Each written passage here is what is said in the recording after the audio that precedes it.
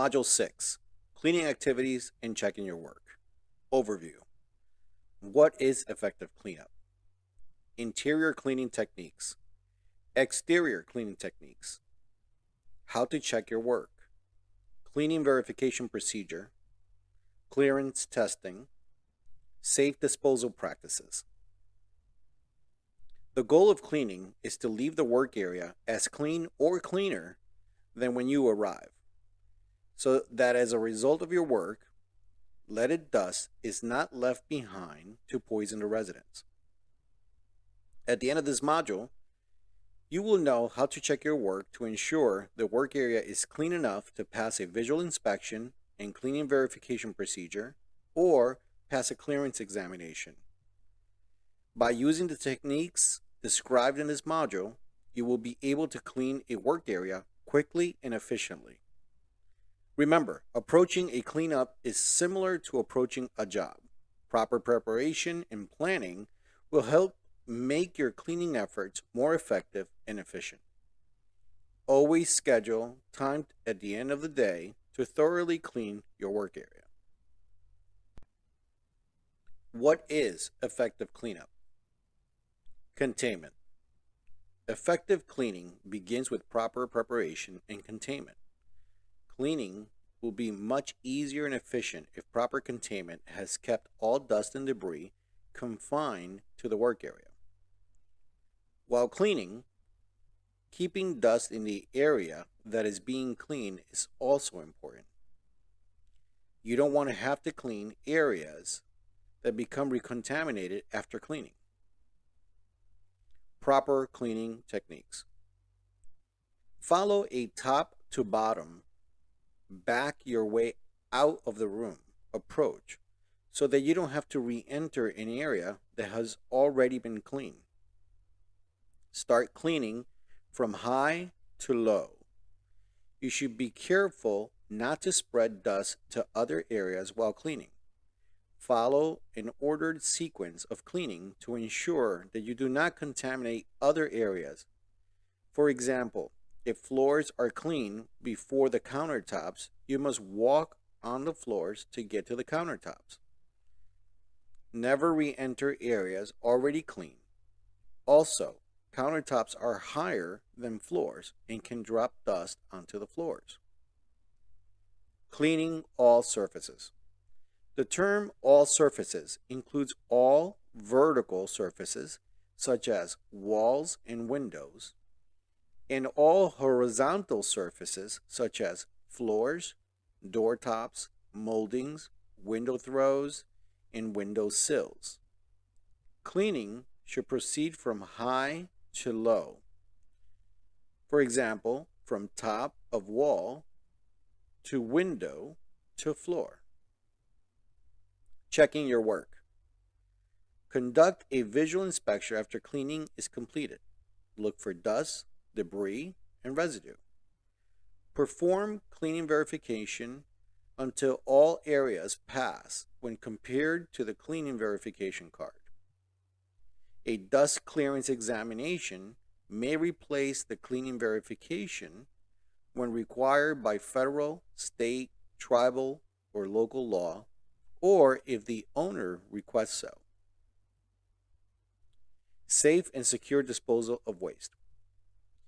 Bag and gooseneck seal all waste bags in heavy-duty plastic. Safely dispose of all waste in accordance with federal, state, and local regulations. Property owners have an exemption available to them where they can dispose of leaded waste as household waste under the EPA rule. Interior cleaning requirements. Pick up. Always begin cleaning activities by picking up visible paint chips and debris with a wet disposable cloth without dispersing any of it, and sealing this material in a heavy-duty bag. When the job is complete, mist the sheathing and fold it the dirty side in, and either seal it with tape or seal it with a heavy-duty bag. Always fold the dirty side inwards and seal with tape or place in a heavy-duty plastic bag. If it is placed in a heavy-duty bag, gooseneck seal the bag and dispose of the bag with the rest of your waste. Dispose of all sheathing as waste by using the correct folding and disposal procedure after it has been vacuumed. Clean with a plan. Start cleaning at the far end of the work area and work back to the exit. Clean walls with a HEPA vacuum or by wiping with a damp disposable cloth. Start with the tops of the walls, tops of doors, and door frames and work down to the floor. Thoroughly vacuum all remaining surfaces and objects, including furniture and fixtures in the work area. The HEPA vacuum must be equipped with a beater bar when vacuuming carpets or rugs. Wipe all surfaces and objects that remain in the work area, except carpeted or upholstered surfaces, with a damp cloth. Clean the floor last. Clean with a wet mopping system or a two-sided bucket and mop. Clean the entire work area and the area within 2 feet of the work area. If using the two-bucket mopping system, repeat the process using a new mop head in clean water. Remember, always keep one bucket of cleaning solution in the other bucket for wringing out the cloth or mop head. You must keep wash and rinse water separate. Change the rinse water often. Check your work.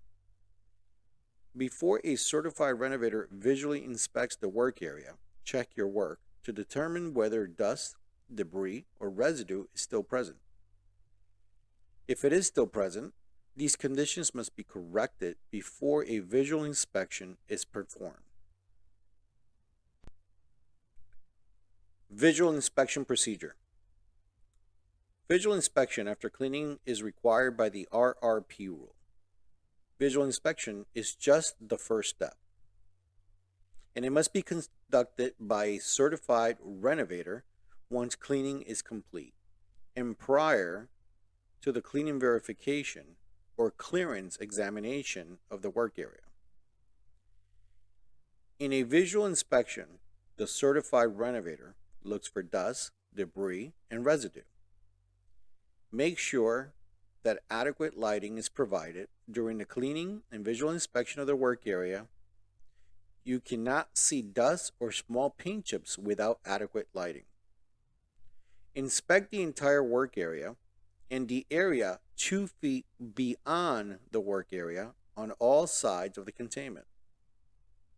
Visual inspection of the work area alone will not verify that the work area has been cleaned adequately. Visual inspection is only the first step.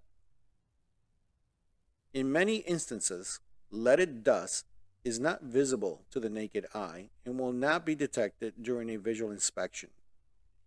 Once the visual inspection has been completed and no dust, debris, residue is present, the work area must pass either a cleaning verification procedure, which is conducted by a certified renovator, which will be you, or a clearance examination, which will be conducted by a certified lead inspector or risk assessor, in order for the project to be completed in compliance with the RRP rule. Whether the cleaning verification procedure or clearance examination is conducted will be based on regulatory requirements or terms in the renovation contract.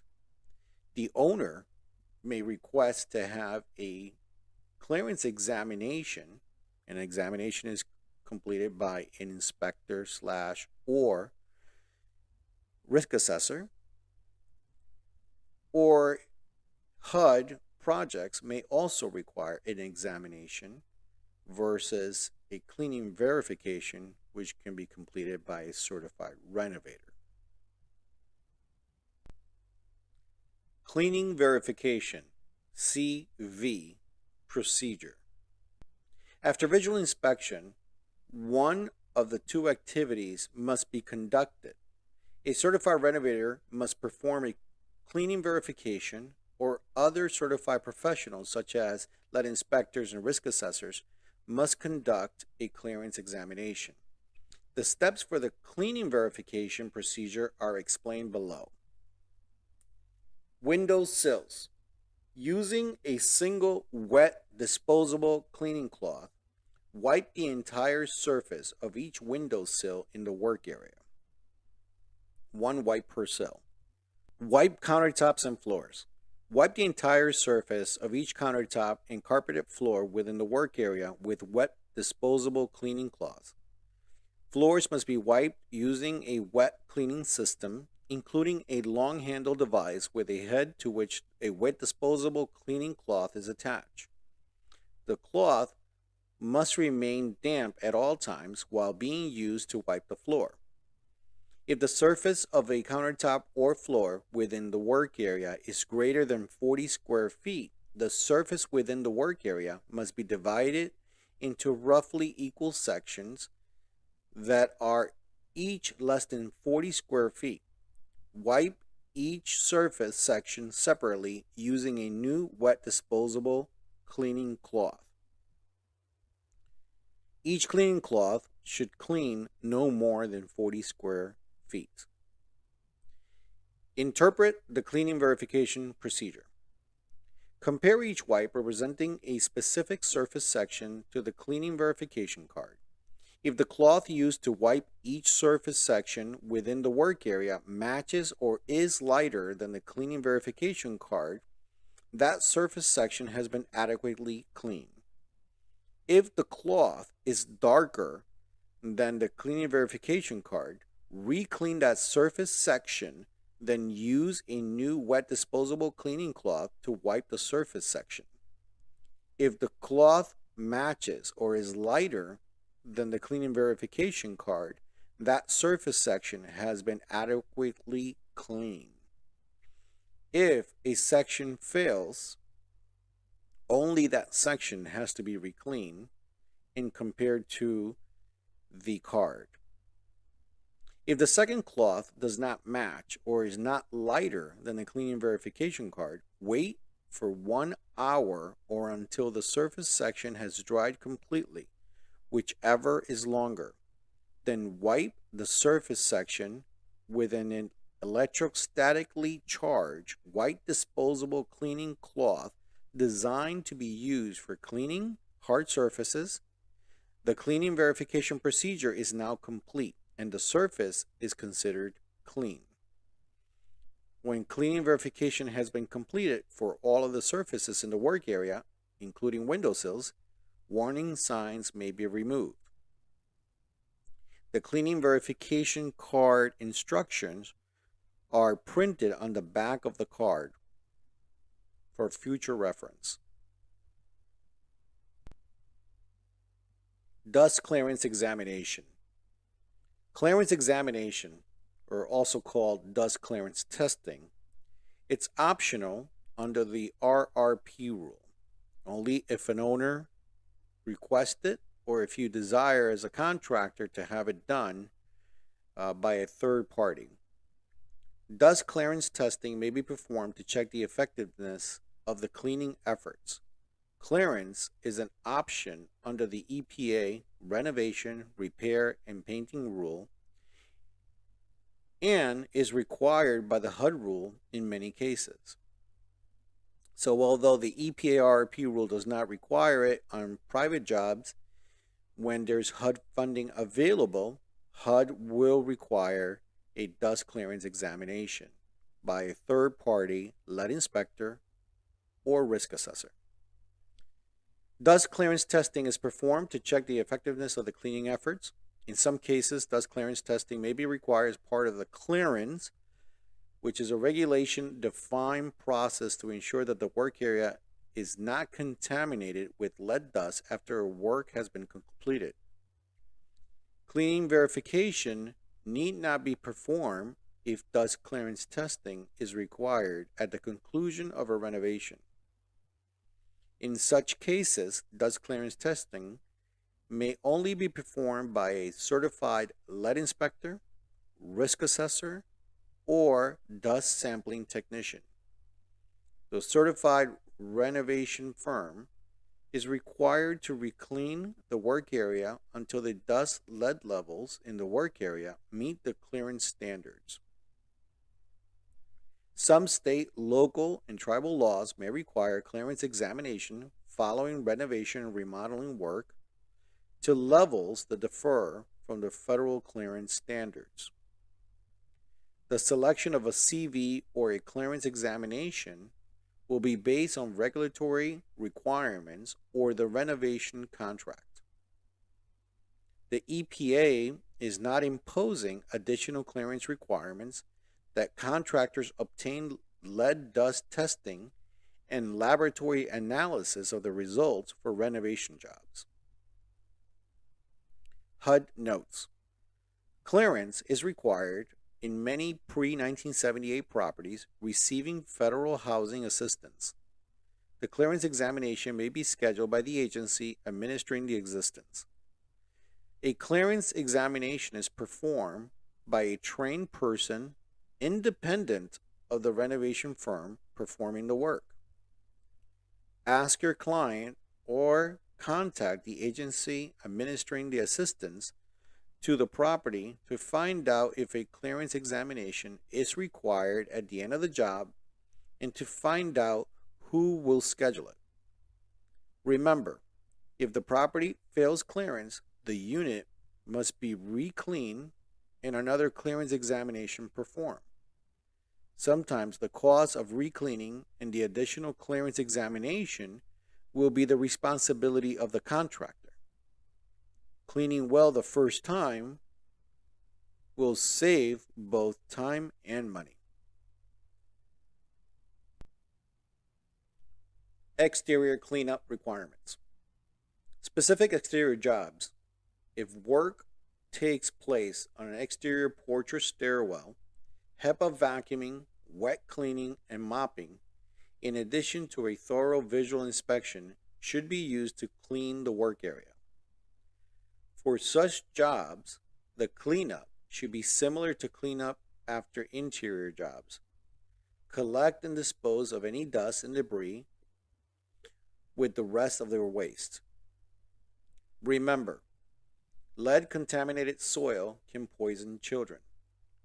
Avoid dry raking and shoveling and spreading dust. However, raking and shoveling the soil is appropriate if it is misted first. Protective sheathing. Collect all paint chips and debris, and without dispersing any of it, seal this material in a heavy-duty bag. Remove the protective sheathing, mist the sheathing before folding it. Fold the dirty side inward and either tape shut to seal or seal in a heavy-duty bag, and then dispose of the sheathing as waste. Check your work. Before a certified renovator visually inspects the work area, check your work to determine whether dust, debris, or residue is still present. If dust, debris, or residue is still present, these conditions must be corrected before the visual inspection is performed by a certified renovator. Exterior. Check effectiveness of cleaning. Checking your work. A thorough visual inspection is the main part of checking your cleanup after an exterior job. A visual inspection is conducted after completing cleanup to check your work. The certified renovator must perform the visual inspection to determine whether dust, debris, or residue is still present on surfaces in or below the work area, including windowsills and on the ground. If dust or residue is present, clean again and then repeat the visual inspection. Warning signs may be removed after passing the visual inspection. HUD notes. Clearance on exterior jobs. For exterior jobs, HUD requires only a visual assessment of the work area to pass clearance. No dust or soil testing is required. If you follow procedures taught in this course, you will satisfy the HUD requirements. Disposal. At the work site, waste from renovation activities must be contained to prevent releases of dust and debris before the waste is removed from the work area for storage or disposal. Architectural components that are too big to fit into bags must be wrapped in plastic and sealed with tape prior to removal from the work area. If needed, double bag your waste to help prevent the waste from escaping if the bag is cut or ripped. If a chute is used to remove waste from the work area, it must be covered. Some examples of waste include protective sheathing, HEPA filters, paint chips, dust, dirty water, used cloth, used wipes, used mop heads, used protective clothing, used respirators, used gloves, and architectural components.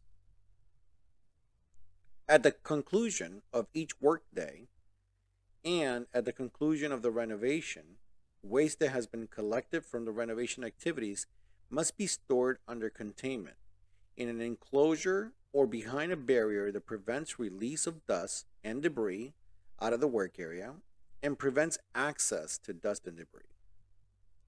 When the firm transports waste from renovation activities, the firm must contain the waste to prevent release of dust and debris. Waste water. Water used for cleanup might be able to be filtered and dumped into a toilet if local rules allow. Never dump this water down a sink or tub, down a storm drain, or underground. Filtering wastewater through a 5-micron filter may be necessary when lead contamination, such as paint chips and dust, may be present in the water. Check with your local water treatment authority and in federal and state regulations for more information. Always dispose of water in accordance with federal, state, and local regulations. HUD notes. HUD recommends that when building components are recycled or sold, painted building components should be stripped before reinstallation. If components are not stripped, they should never be reinstalled in housing. Disposal. Federal, state, and local information. Because EPA considers most residential renovation and remodeling as routine residential maintenance, the waste generated during these activities is classified as solid, non-hazardous waste and should be taken to a licensed solid waste landfill. This does not apply to commercial, public, or other non-residential child-occupied facilities. If you generate any hazardous waste, you should determine whether you generate more than 220 pounds of hazardous waste per job site per month. If you have less than 220 pounds of hazardous waste per location per month, manage the waste as solid, non-hazardous waste. If you generate more than 220 pounds of waste, you should contact the state and local regulators to find out how to properly dispose of it. Some possible examples of hazardous waste include paint chips, vacuum, sludge, chemical waste from strippers, HEPA filters. Some possible examples of non-hazardous waste may include disposable clothing, respirator filters, rugs, carpets, protective sheathing, and solid components with no peeling paint. All waste should be sealed in a heavy-duty plastic bag and handled carefully. Large architectural components should be wrapped and sealed in plastic sheathing and disposed of along with other waste. Always check federal, state, and local requirements before disposing of waste. In some states may have different regulations. You need to become aware of how federal, state, and local requirements affect the management and disposal of renovation waste in your area.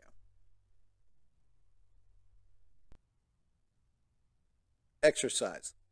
Cleaning and the cleaning verification procedure. This exercise gives you a chance to demonstrate cleanup, visual clearance, cleaning verification, and the proper waste bagging techniques. Stay in groups that your instructor has placed you in. Choose the right tools. Tools available include buckets, mops, water, detergent, HEPA vacuum, wipes, plastic sheathing, plastic bags, tape, and etc. Clean up the dust, bag the waste, check your work, verify cleaning. Enjoy the exercise.